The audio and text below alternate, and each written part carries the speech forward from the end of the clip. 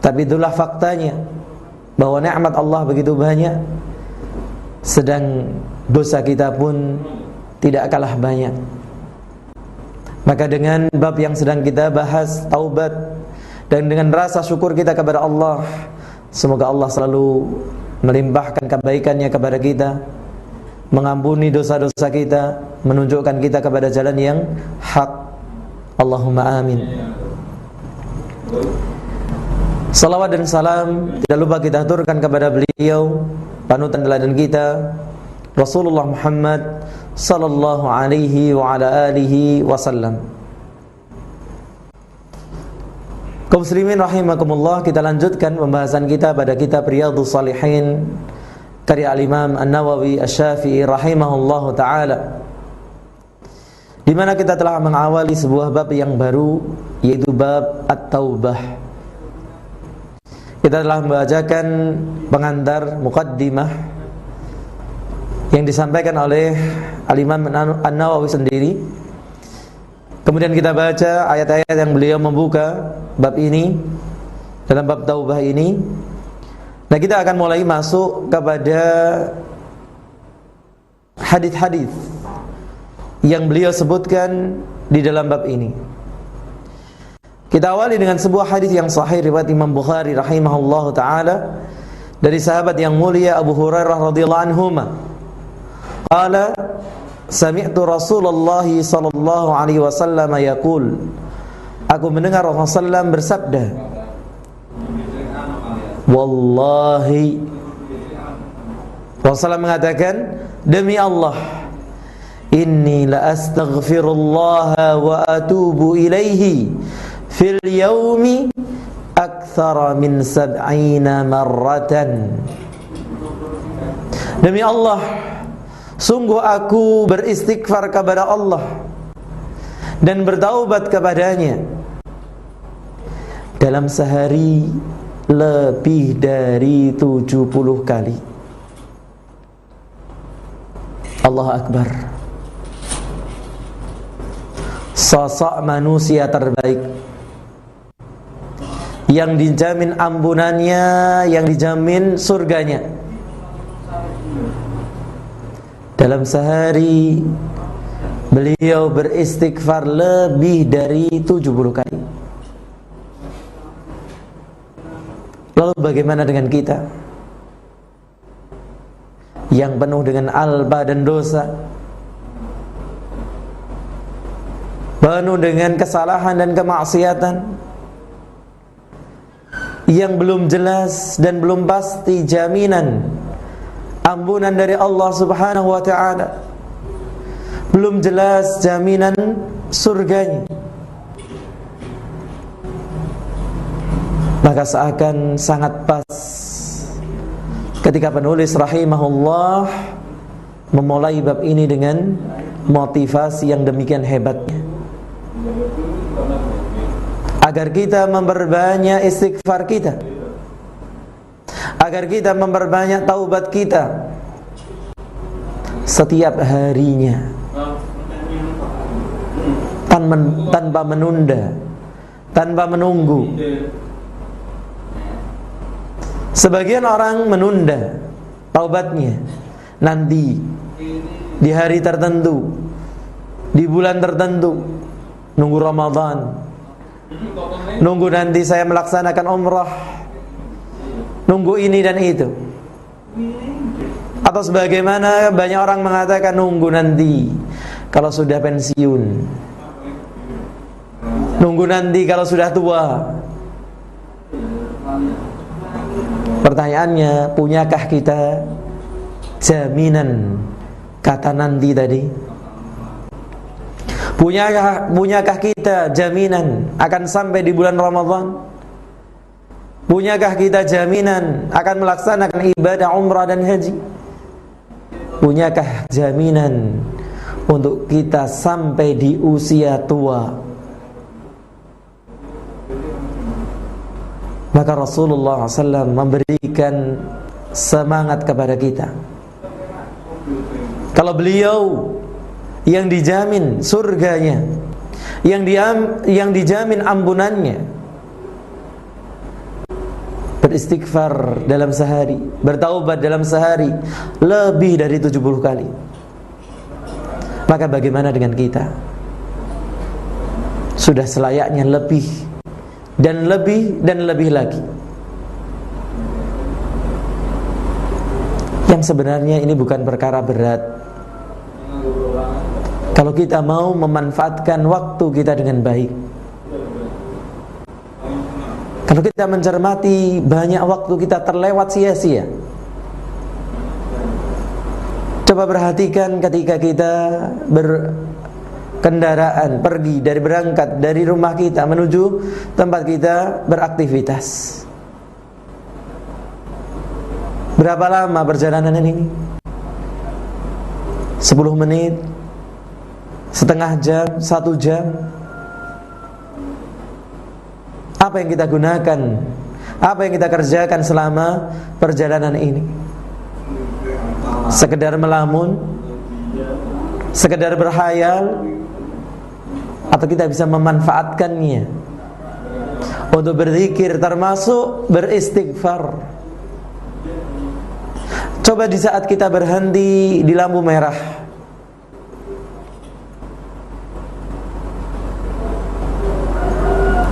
tiga 30 detik kita baca astaghfirullah, astaghfirullah, astaghfirullah. Paling tidak 10 kali kita mendapatkan istighfar tadi, bahkan bisa lebih. Tinggal kita hitung ada berapa lampu merah dari rumah kita menuju tempat kita beraktivitas. Maka subhanallah, perkara ini meringan, perkara ini mudah bagi yang diringankan dan dimudahkan oleh Allah subhanahu wa ta'ala. Salah satunya dengan memanfaatkan apa? Waktu-waktu yang ternyata selama ini terbuang percuma. Dan ini menunjukkan bahwa kita menyadari diri kita ini penuh dengan alba dan dosa. Tapi bagi mereka yang tidak menyadari kesalahan ini, seakan dia tidak butuh kepada istighfar, seakan tidak butuh kepada taubat. Sedangkan sosok yang terbaik mengatakan dalam sehari beliau beristighfar dan bertaubat lebih dari 70 kali. Dalam riwayat Imam Muslim disebutkan wa anil Aghar ibn Yasar al-Muzani radhiyallahu anhu qala Rasulullah sallam, bersabda Rasulullah sallallahu alaihi wasallam, ya ayuhan nas. Kalau hadis pertama bentuknya keteladanan, beliau berikan contoh langsung apa yang beliau kerjakan. Maka pada hadis yang kedua beliau datangkan dalam bentuk perintah. Ya ayuhan nas, wahai sekalian manusia.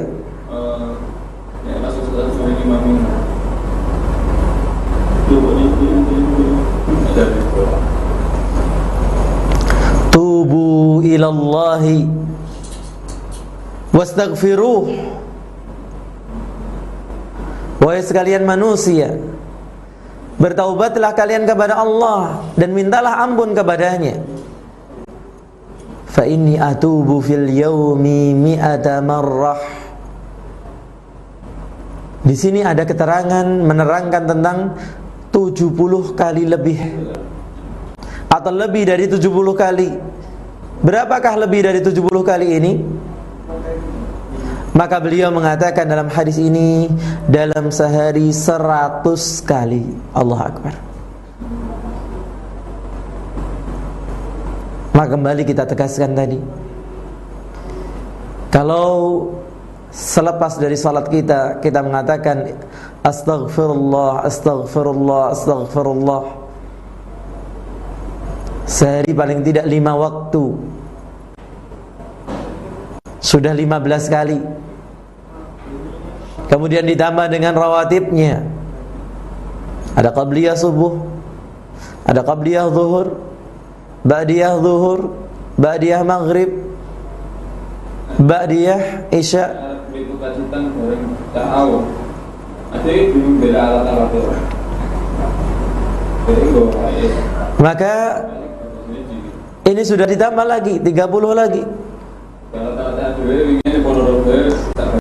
Sudah ditambah dengan 30 menjadi 30. Maka tersisa 70. Maka dengan memanfaatkan tadi waktu-waktu luang kita, atau ketika kita duduk zikir di pagi hari, atau ketika kita duduk zikir di sore hari, maka ini kesempatan untuk kita memperbanyak istighfar kita.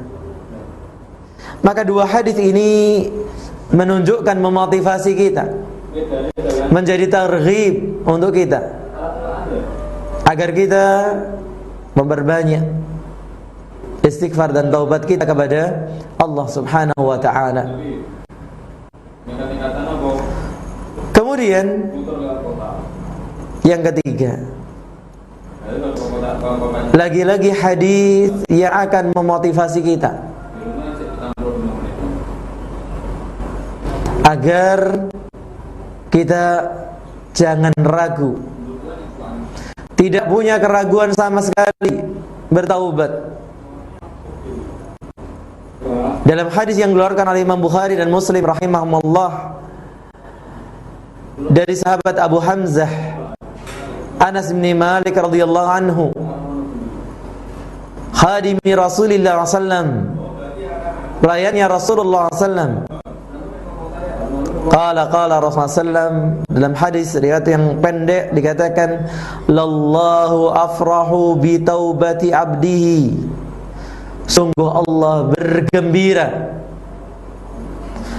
terhadap taubat hambanya lebih daripada seorang di antara kalian saqata ala ba'irihi, daripada seorang di antara kalian yang jatuh dari atas ontanya, wa qad adallahu fi ardhin falatin, dan telah menyesatkannya di sebuah padang pasir, di sebuah tanah yang jauh dari keramaian manusia. Maka subhanallah, nanti dalam riwayat berikutnya kita akan ketahui keadaan seperti apa yang dimaksudkan dalam hadis ini. Allah bergembira dengan taubat kita. Keadaan yang berbeda ketika kita datang kepada sesama manusia, kita mengaku salah, meminta maaf, kadang orang tidak mau memaafkan. Apalagi ketika datang berulang kali untuk meminta maaf,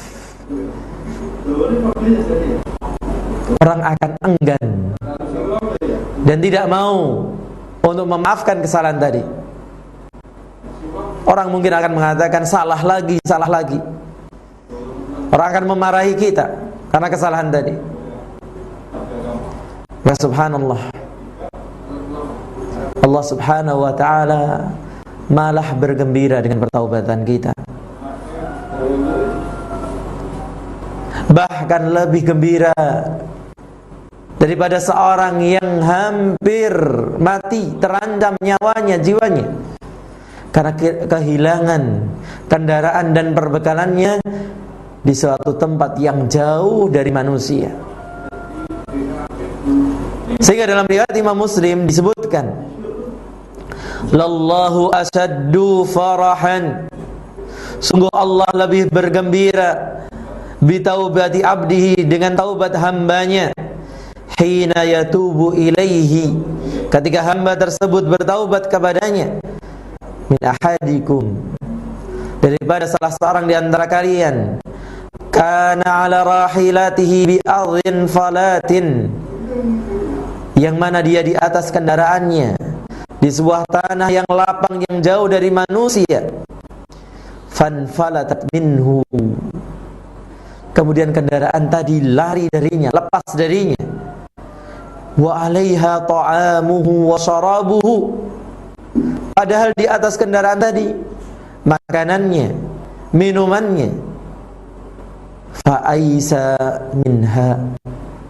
Ketika dia berusaha mencari, mengejar, tidak bisa. Dia mengejar kendaraannya tadi, ontanya tadi, akhirnya berputus asa. Karena di tempat yang sangat jauh dari manusia. Fa'ata sajaratan, maka dia pun mendatangi sebuah pohon. Fattaja fi dhilliha, dia berbaring di bawah bayangan dari pohon tadi. Waqad aisa min rahilatihi, dan dia sudah putus asa, sudah pasrah. Mungkin disinilah akhir perjalanan hidupnya. Fabainama huwa kadzalik id huwa biha. Dalam kondisi demikian, tiba-tiba ontanya tadi, kendaraannya tadi sudah ada di hadapannya. Apa yang terjadi kemudian?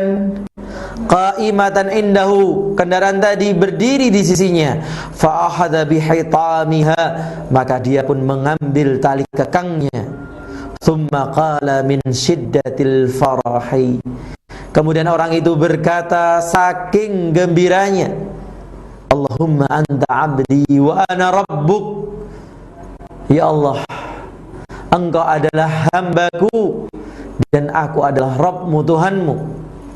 Akhta'a min syiddatil farahi, dia keliru ucap, terpeleset lidah saking gembiranya.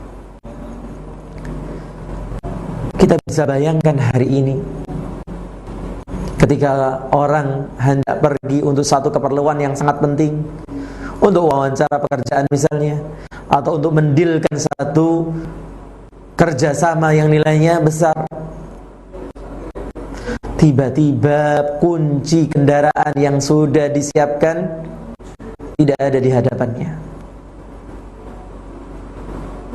Waktu mungkin tinggal setengah jam menuju tempat yang dituju.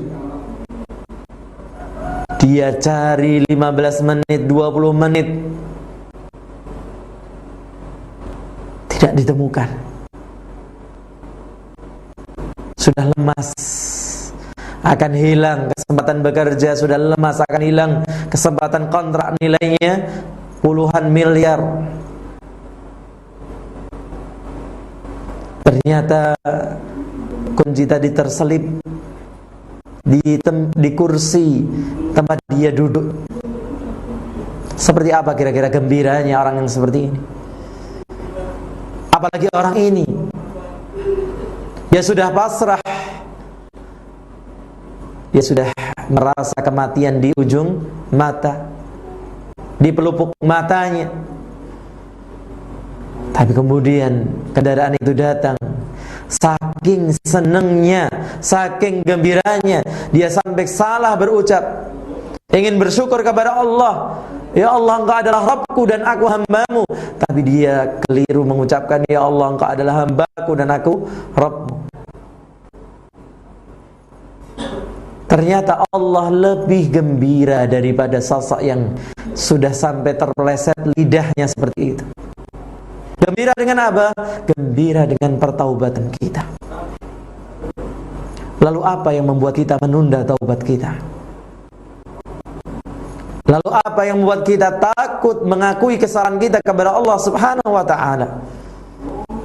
Berhenti dari kesalahan dan mengharapkan kemurahan dan kasih sayang Rabb yang maha pengasih lagi maha penyayang, untuk segera berhenti dari dosa, menyesalinya, dan berniat untuk tidak kembali dalam dosa yang sama. Bahkan kemudian menambahkan dengan bersujud, melakukan salat taubat. Apa yang menghalangi kita? Maka sungguh Allah bergembira dengan pertaubatan hambanya, bahkan sangat bergembira. Maka saudaraku, kaum muslimin rahimakumullah, adalah kita jadikan hadis ini sebagai pendorong kita untuk memperbanyak taubat, untuk memperbanyak apa? Permohonan ampunan kita kepada Allah Subhanahu wa taala, beristighfar, bertaubat.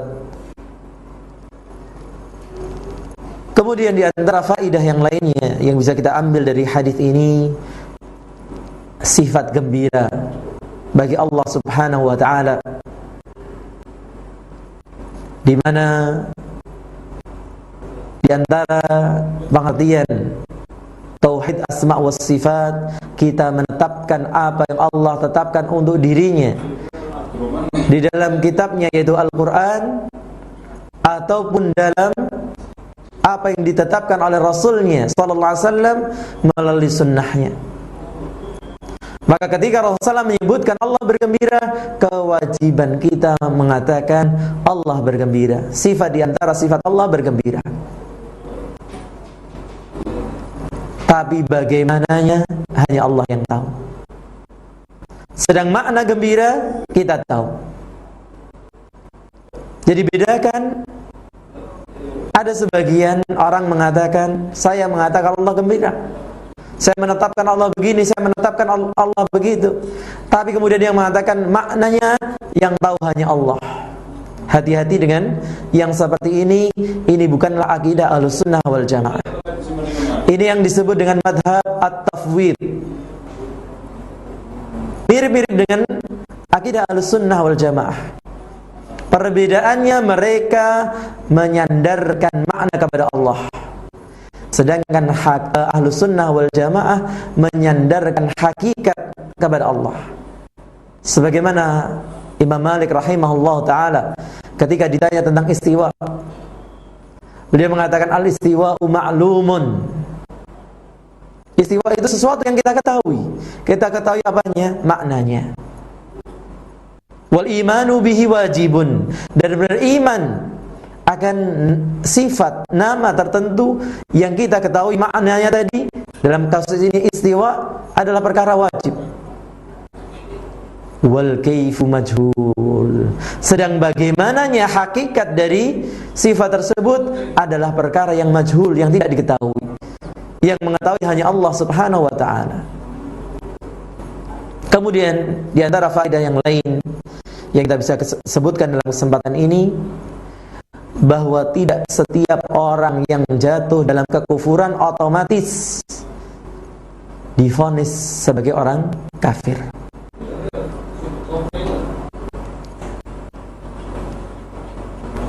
Ini yang perlu dipahami. Ada perbedaan antara vonis perbuatan dan vonis individu. Perbuatan kita otomatis, orang melakukan begini dan begitu, dia kafir, yaitu perbuatannya. Sedangkan individunya belum tentu. Sebagaimana dalam peristiwa ini, orang mengatakan Allah sebagai hambanya dan mengaku dirinya sebagai Rabb. Tentu kita sepakat ini kekufuran. Insya Allah tidak ada yang meragukan bahwa ini kalimat yang kufur. Tapi lihat, Rasulullah sendiri mengatakan akhta'a min syiddatil farahi. Dia salah ucap karena saking gembiranya. Maka ini yang disebutkan oleh para ulama tentang udzur bil jahal. Ada banyak faktor orang terjerumus dalam kekufuran, ketidaktahuan, keterpaksaan, dipaksa, diancam, atau kondisi seperti ini. Bahkan kondisi apa? Saking gembiranya seorang, maka dia keliru dalam berucap. Maka hati-hati saudaraku dengan masalah takfir. Ini adalah perkara yang sangat berbahaya ketika orang sudah mencampur adukkan antara hukum perbuatan dan hukum individu. Sedangkan hukum individu adalah ranahnya para ulama ar-rasihun. Sehingga dalam sejarah kita tidak melihat kecuali hanya sedikit orang yang divonis oleh para ulama dengan apa? Kekufuran. Karena sangat berbahayanya perkara ini. Kalau kemudian apa yang masuk ke dalamnya adalah orang-orang yang bukan ahlinya. Sehingga ketika kita membahas tentang perbuatan kufur, ketika kita membahas tentang perbuatan syirik, kita tidak sedang mengkafir-kafirkan orang. Kita tidak sedang mensyirik-syirikkan orang, sebagaimana itu disalahfahami oleh sebagian saudara kita. Tapi kita sedang menerangkan dosa-dosa yang sangat berbahaya, yang bisa mengekalkan seseorang di dalam api neraka, yang perlu kita hindari bersama, sehingga kita mendapatkan keselamatan bersama, mendapatkan surganya Allah bersama-sama. Sehingga jangan kemudian diberikan tuduhan ingin masuk surga sendiri. Salah, keliru. Bahkan kita ingin masuk surga bersama-sama. Allah Ta'ala alam. InsyaAllah kita akan sambung pada sesi berikutnya setelah beberapa jeda berikut ini.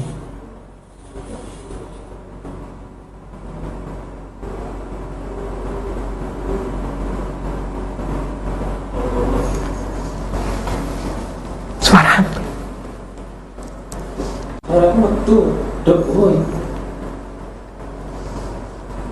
Ar-riba ithnan aw thalathun wa sab'una baban. Dosa riba itu 70 atau 72 atau 73 pintu dosa riba itu. Adnaha, yang paling rendah, misal ayyankihar rajulu ummah, seperti seorang yang menzinai ibunya. Anda ingin membuang uang riba dan bertaubat?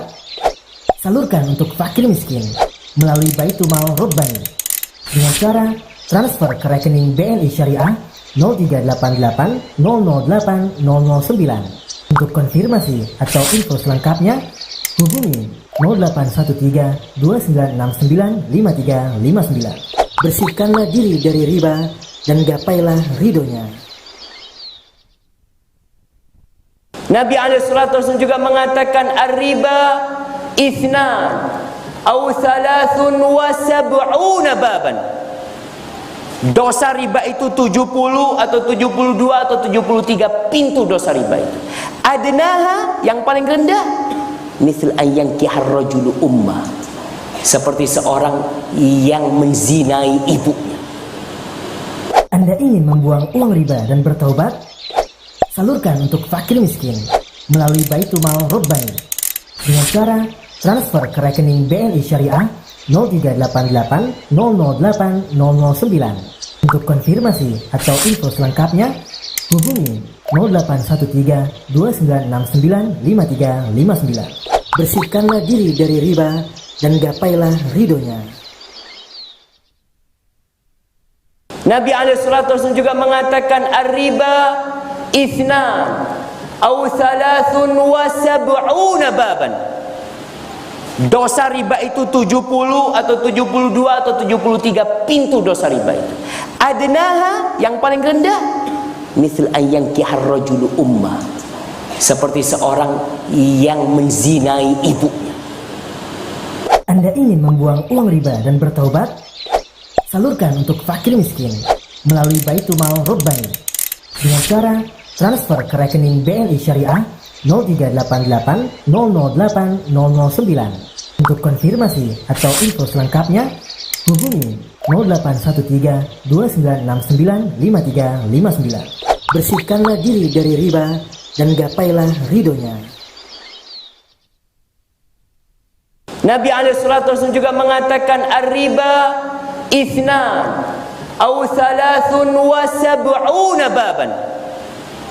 Dosa riba itu 70 atau 72 atau 73 pintu dosa riba itu.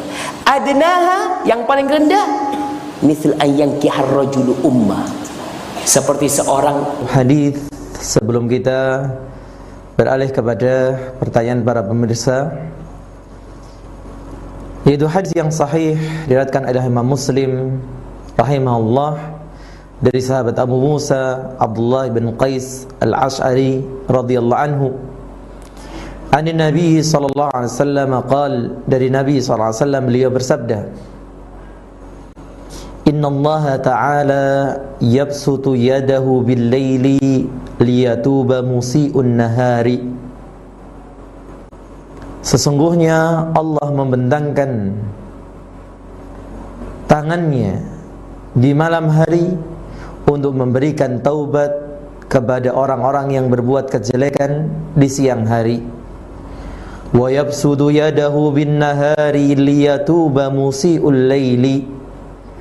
Dan Allah pun membentangkan tangannya di siang hari untuk memberikan taubat kepada orang-orang yang berbuat keburukan di malam hari. Hatta tatlu asy-syamsu min maghribiha, sampai nanti terbitnya matahari dari baratnya. Kaum muslimin rahimakumullah, lagi-lagi hadis ini mengandung motivasi agar kita bersegera. Kalau kita berbuat kesalahan di siang hari, Allah siap menerima taubat kita di malam harinya. Dan ketika kita berbuat kesalahan di malam hari, Allah siap menerima pertaubatan kita di siang harinya. Maka tidak ada alasan bagi siapapun untuk menunda taubatnya. Kapanpun dia berbuat kesalahan, Allah siap menerima taubatnya sampai terbitnya matahari dari baratnya. Ini adalah batas yang Allah tetapkan untuk manusia secara keseluruhan. Di mana dalam hadis yang nanti kita akan bahas, bahwa Allah akan menerima taubat seorang hamba malam yugharghir, selama nyawa belum sampai di kerongkongan. Dan ini adalah batas untuk setiap individu. Maka kita tidak tahu kapan matahari terbit dari baratnya, dan kita juga tidak tahu kapan nyawa ini akan sampai di kerongkongannya. Maka kapanpun kita berbuat kesalahan, segera kembali kepada Allah Subhanahu wa ta'ala. Karena inilah kodrat kita sebagai manusia. Berbuat kesalahan, terpeleset dalam kesalahan, terperosok dalam kemaksiatan. Maka sebagaimana kita sebutkan di awal tentang hadis, tentang ayat wa tubu ilallahi jami'an ayyuhal mu'minun, bahwa orang beriman bukannya orang yang suci dari dosa, tapi orang yang berbuat dosa dan segera menyadari kesalahannya dan segera memohon ampunan kepada Rabb-Nya. Itulah orang beriman. Kemudian di antara faedah hadis ini kembali berkaitan dengan apa yang kita sebutkan pada hadis sebelumnya tentang tauhid asma was sifat, bahwa kita berkewajiban menetapkan apa yang Allah tetapkan, demikian pula apa yang ditetapkan oleh Rasulnya sallallahu alaihi wasallam. Maka ketika di sini dikatakan bahwa Allah membentangkan tangannya, maka kita berkewajiban untuk menetapkan di antara sifat Allah adalah Allah memiliki tangan. Sebagaimana dalam banyak ayatnya, di antaranya Allah mengatakan yadullah fawqa aydihim, tangan Allah di atas tangan-tangan mereka. Maka tangan maknanya kita ketahui, tapi hakikatnya bagaimananya tangan Allah hanya Allah yang tahu. Allah mengatakan dalam surat Asy-Syura ayat 11, laisa kamitslihi syai'un wa huwas samiul basir. Tidak ada yang serupa dengan Allah sesuatu pun, dan Allah Maha mendengar lagi Maha melihat. Ini yang bisa kita bacakan dari hadis-hadis di dalam bab taubah dari kitab Riyadhus Shalihin. Dan kita akan beralih kepada pertanyaan-pertanyaan yang diajukan pemirsa, dan kita akan berusaha menjawab sebagaimana kita mampu atau sesuai dengan kemampuan kita. Sedangkan yang tidak mampu kita jawab, silahkan ditanyakan kepada para ahli ilmu. Pertanyaan pertama, Assalamualaikum warahmatullahi wabarakatuh. Waalaikumsalam warahmatullahi wabarakatuh. Apa dalilnya bahwa pembagian tauhid itu ada 3, yaitu rububiyah, uluhiyah, asma wa sifat? Jazakallahu khairan. Iya. Pertanyaan ini bisa kita jawab dengan pertanyaan, apa dalilnya kalau rukun Islam itu ada 5? Apa dalilnya kalau Islam baligh, berakal, syarat wajibnya salat, bahwa suci dari hadas, menutup aurat, menghadap kiblat, masuk waktunya, suci tempat, pakaian, badan, itu syarat sahnya salat. Kira-kira apa yang akan kita jawab? Maka jawabannya sama. Ini adalah hasil kesimpulan para ulama. Maka para ulama setelah membaca dalil ayat Al-Quran, membaca dalil hadis-hadis Rasulullah SAW, mereka punya banyak kesimpulan dalam berbagai macam bidang, termasuk dalam masalah tauhid ini, yang disebut di kalangan para ulama dengan al-istiqra', yaitu setelah mereka membaca, mereka punya kesimpulan yang seperti ini. Sehingga pertanyaannya adalah kepada mereka yang seringkali mempermasalahkan tentang pembagian tauhid menjadi 3, tauhid rububiyah, tauhid uluhiyah, tauhid asma wa sifat. Pertanyaan yang layak untuk kita ajukan kepada mereka adalah, apakah pembagian ini bertentangan dengan dalil?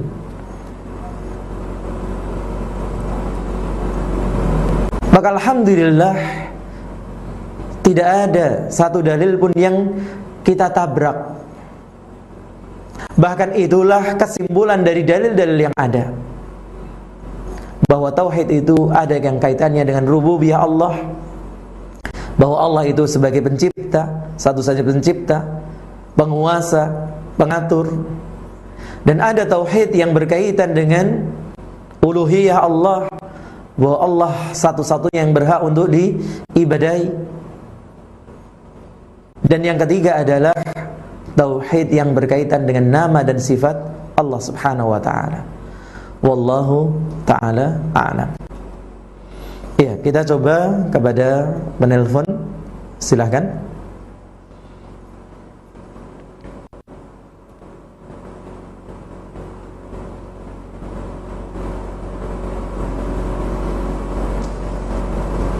Ya, silahkan.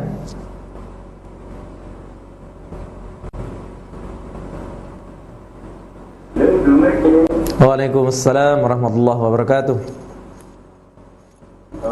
Ini mau bertanya, Pak. Ya. Halo. Ya, silakan, sudah tersambung. Ini dari Ahmad ini Medan mau bertanya. Ya, silakan, Mas Ahmad. Tidak jelas suaranya. Silakan, langsung ke pertanyaan saja, sudah didengar. Ya. Coba mengenai niat saya. Jadi kan Allah Ta'ala menyuruh kita bertaubat. Allah Ta'ala itu mengampuni dosa semuanya. Bagaimana yang diterangkan dalam surah. Mohon maaf, dimatikan dulu televisinya, atau dikecilkan suaranya. Kurang jelas di sini, ada feedback. Oh, ya. Cukup dari telepon aja. Ya udah dikasih ini televisinya. Halo, Assalamualaikum. Assalamualaikum warahmatullahi wabarakatuh. Ya. Mengenai saya ini Pak nih ya. Iya. Allah Ta'ala kan mengampuni semua dosa selain dosa syirik. Selain? Selain dosa syirik ya Pak. Iya, iya. Ya, terus kan di hadis kursi yang diriwayatkan Imam Tirmizi juga, Allah Ta'ala berfirman, seandainya akan ada itu datang kepada aku membawa dosa sejauh langit dan bumi, tetapi mereka tidak membutuhkan itu, maka aku akan datang kepada mereka dengan ampunan seluas langit dan bumi. Iya. Hanya maka kan dosa itu kan berbagi kebagian Pak. Iya. Nah, yang pertama adalah minallah, yang kedua adalah minannas. Pertanyaannya apakah yang diampuni itu mencakup semuanya Pak? Nah, itu pertanyaannya. Assalamualaikum warahmatullahi wabarakatuh. Waalaikumsalam warahmatullahi wabarakatuh. Iya. Agak kurang jelas di bagian akhirnya. Tapi saya coba memahami apa yang disampaikan. Nanti bisa lewat SMS atau WA. Jadi beliau bertanya bahwa Allah tidak mengampuni, Allah akan mengampuni semua dosa kecuali dosa syirik. Innallaha la yaghfiru an yushraka bihi wa yaghfiru ma duna dzalika liman yasha. Sedangkan dalam hadis dikatakan bahwa kalau kita datang membawa dosa sebesar bumi, maka Allah akan datang dengan ampunan sebesar dosa itu. Lalu bagaimana sebenarnya dosa yang bisa diampuni dan yang tidak bisa diampuni? Allah alam, itu yang saya pahami dari pertanyaan Bapak Ahmad di Medan tadi. Maka pemirsa yang semoga Allah selalu merahmati kita semua, perlu dipahami firman Allah di surat An-Nisa tadi, innallaha la yaghfiru an yushraka bihi wa yaghfiru ma duna dzalika liman yasha. Sesungguhnya Allah tidak mengampuni orang yang berbuat kesyirikan terhadapnya dan mengampuni dosa yang ada di bawahnya bagi yang dikehendaki. Bahwa yang dimaksudkan ayat ini adalah kelak di akhirat. Bahwa ketika orang datang di akhirat membawa dosa kesyirikan, maka Allah tidak akan mengampuninya. Sedangkan ketika seseorang datang dengan dosa selain syirik, na'udzubillah, misalnya membunuh, durhaka kepada orang tua, dan sebagainya, zina, maka masih mungkin, ingat masih mungkin, bukan pasti, karena Allah mengatakan liman yasha, bagi yang dikehendaki. Sedangkan di dunia seluruh dosa akan diampuni ketika orang mau beristighfar, mau bertaubat kepada Allah. Allah mengatakan innallaha yaghfiru dzunuba jami'a. Sesungguhnya Allah itu mengampuni seluruh dosa. Dan itu yang bisa kita lihat pada sejarah para sahabat. Banyak di antara mereka dulunya adalah orang-orang musyrik. Bahkan Umar, gitu ya, yang kita kenal dulu adalah orang yang sangat getol memusuhi Rasulullah. Tapi kemudian ketika dia bertaubat dari dosanya, kesyirikannya, masuk Islam dan membaguskan Islamnya, maka para ulama sepakat bahwa Umar radhiyallahu anhu adalah manusia terbaik kedua setelah Abu Bakar radhiyallahu anhu dari umat Rasulullah sallallahu alaihi wasallam. Sedangkan hadis yang disebutkan Bapak tadi, ini pun sebenarnya ada tambahan. Apa tambahannya? Ya ibadi, law ataitani biqurabil ardi khataya thumma laqitani lam tusyrik bihi syai'a. Wahai hambaku, kalau engkau menemuiku dengan sebesar bumi kesalahan, tapi ingat apa kata Allah, dan engkau menemui aku tidak berbuat kesyirikan sedikit pun, la ataituka bi qurabiha maghfiratan, niscaya aku akan mendatangimu dengan sebesar itu pula ampunan. Maka hadis-hadis ini menegaskan tentang keutamaan tauhid, Dan ini problematika utama umat Islam di Indonesia maupun di seluruh dunia. Kelemahan yang terjadi, kehinaan yang terjadi, semua berasal dari sini. Bahwa kita jauh dari mentauhidkan Allah. Kita lihat betapa orang mudah sekali melakukan kesyirikan di zaman ini. Padahal di zaman yang katanya zaman modern, orang bekerja, orang melancarkan usaha, melancarkan karir, jabatan, ingin mencalonkan diri, semuanya berkaitan dengan dukun, berkaitan dengan kesyirikan. Seperti sekarang, hujan yang tidak turun-turun, orang kemudian melakukan ritual ini dan itu. Inilah problematika kita semua. Maka semangat kita untuk mendakwahkan tauhid adalah untuk keselamatan kita bersama dan kebaikan kita bersama. Bahkan inilah wujud nyata menjaga keutuhan bangsa kita. Bukan sekedar retorika, bukan sekedar teori, tapi inilah adalah gerakan yang nyata. Allahu ta'ala alam. Kemudian kita beralih kepada pertanyaan dari WA atau SMS. Benarkah roh orang meninggal itu mampu berdoa untuk orang hidup di dunia? Wallahu a'lam. Pertanyaan berikutnya.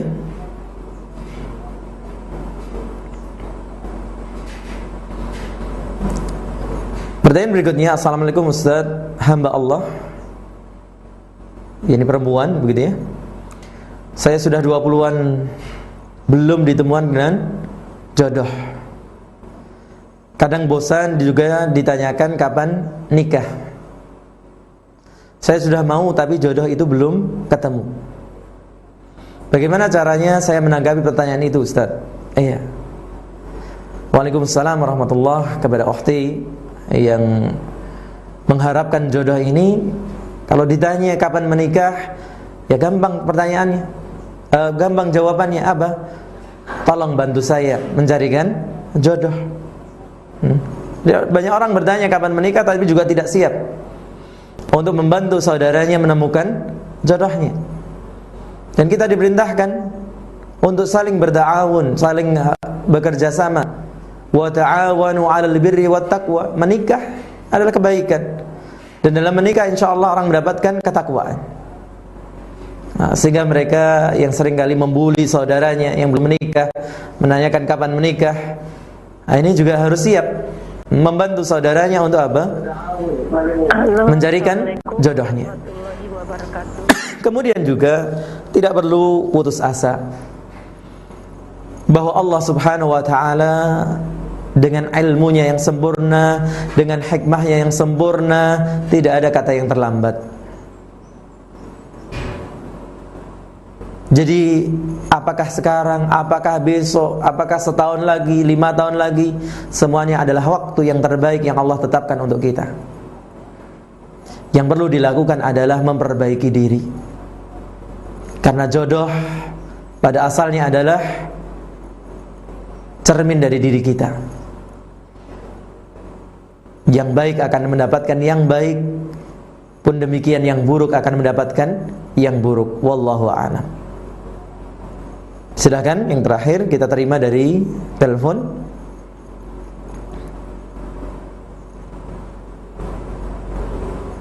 Ya, silakan.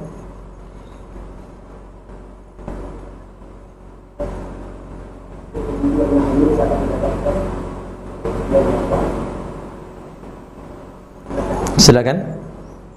Halo, Assalamualaikum warahmatullahi wabarakatuh, Pak Ustadz. Waalaikumsalam warahmatullahi wabarakatuh. Silakan Ibu. Pak Ustadz, hamba Allah mau bertanya. Iya. Mohon petunjuknya. Iya.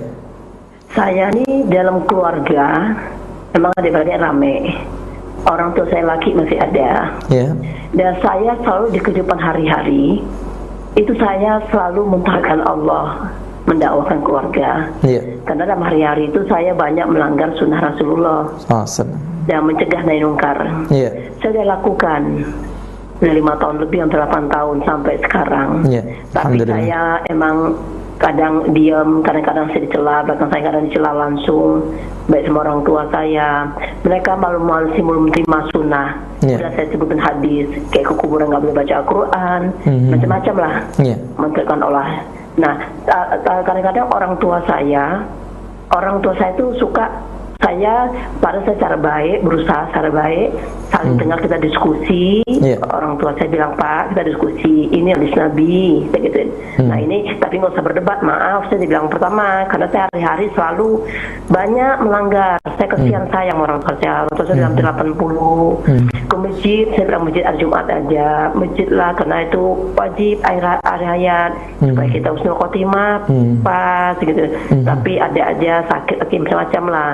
Hari-hari yang kehidupan hari-hari suka banyak politik, apalagi politik yang sekarang zaman dari zaman dari pemilu sampai nggak ada gunanya, tidak bermanfaat, mending ke masjid pengajian, masih belum dengan sunnah nih, semua menerima, masih berdebat. Kadang-kadang saya itu berusaha berbakti, tapi saya kadang-kadang Pak Ustadz dia marah sampai ungkit-ungkitnya saya masa lalu.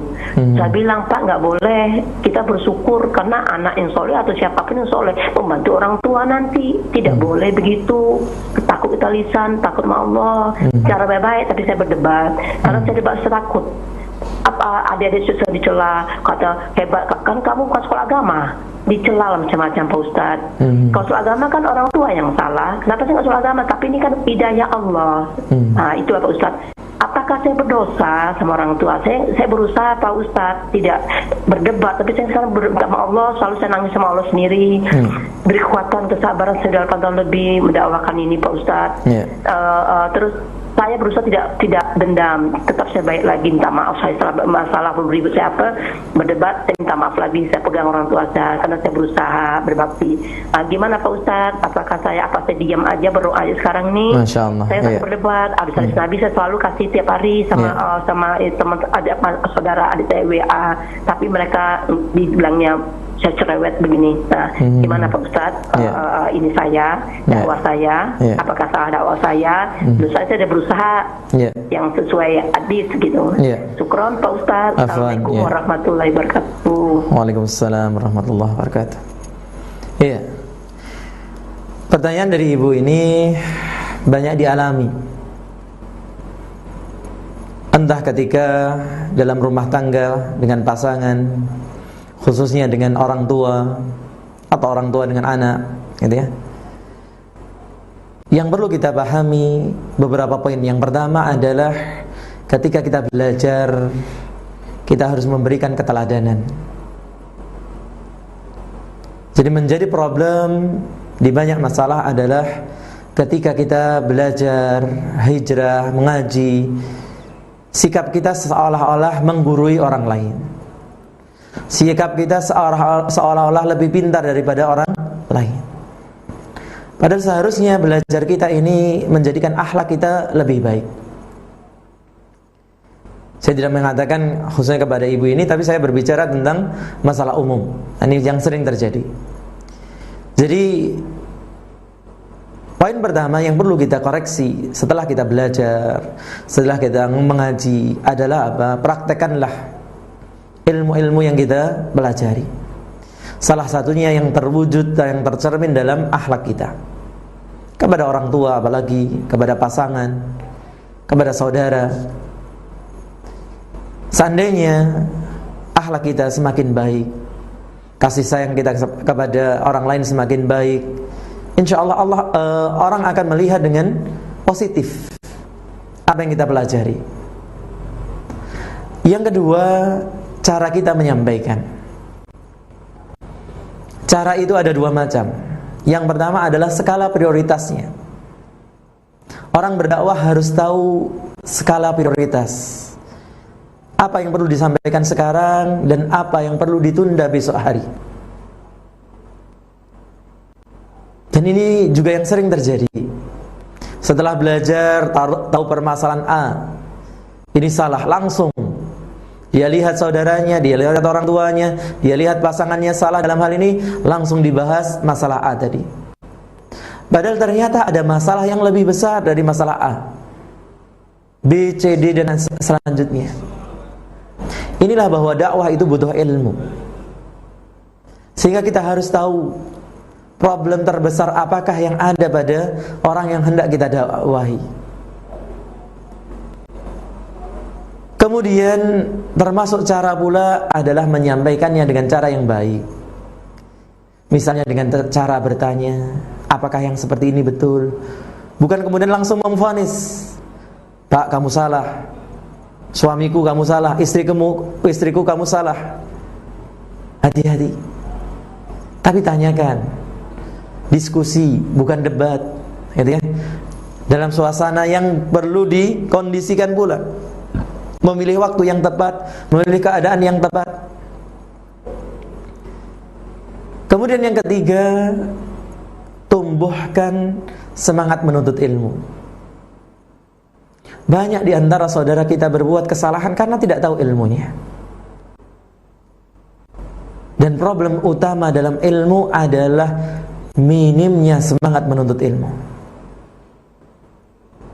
Maka sebelum kita menyebutkan kesalahan A, B, C, D dan sebagainya, rangkul, gandeng, ajak, yuk ke majelis ilmu. Seperti dikatakan dalam suatu kesempatan oleh Ustaz Maududi, bukan kemudian kita katakan apa, Bu, yuk ke majelis ilmu biar pintar. Oh, berarti ibunya bodoh, kan begitu. Nah, ini cara yang salah juga dalam mengajak, gitu ya. Maka banyak cara untuk kita mengajak ke majelis ilmu. Nah, misalnya diajak apa, ke toko, tapi mampir dulu ke majelis ilmu. Dan berbagai cara yang bisa kita tunaikan. Kemudian yang keempat, jangan berfokus pada hasil. Hasil itu yang menentukan Allah. Tugas kita adalah proses. Orang yang berfokus kepada hasil gampang putus asa, gampang bersedih. Tapi orang yang berfokus pada proses, dia akan selalu fight. Dia akan selalu mampu untuk berjuang. Gitu ya. Kemudian yang berikutnya, yang kelima adalah sadarilah, kalau manusia terbaik seperti Rasulullah SAW dan para nabi dan rasul, itu saja mendapatkan tantangan dari orang-orang terdekat mereka, maka wajar apabila kita yang masih jauh dari kata baik, masih jauh dari akhlak yang mulia, kemudian mendapatkan tantangan, mendapatkan celaan, ya terima itu sebagai tantangan dakwah. Akan dikatakan oleh sebagian bahwa dakwah yang tanpa tantangan ini dipertanyakan, karena namanya kebenaran selalu mendapatkan ujian dan cobaan. Kemudian yang terakhir, jangan lupa melibatkan Allah.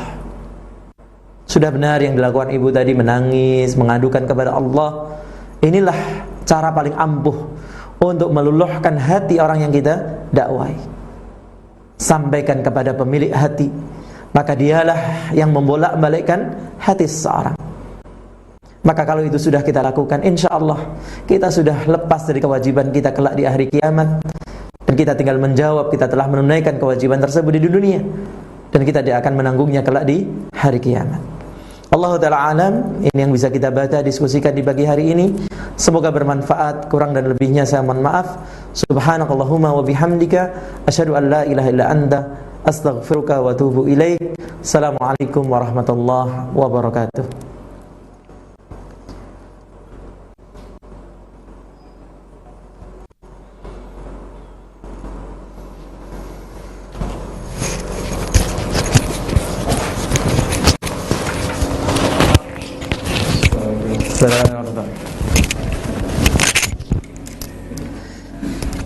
Yang menzinai ibu.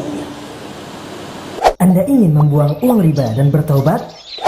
Salurkan untuk fakir miskin melalui Baitul Mal Rabbani dengan cara transfer ke rekening BNI Syariah 0388 008 009. Untuk konfirmasi atau info selengkapnya hubungi 0813 2969 53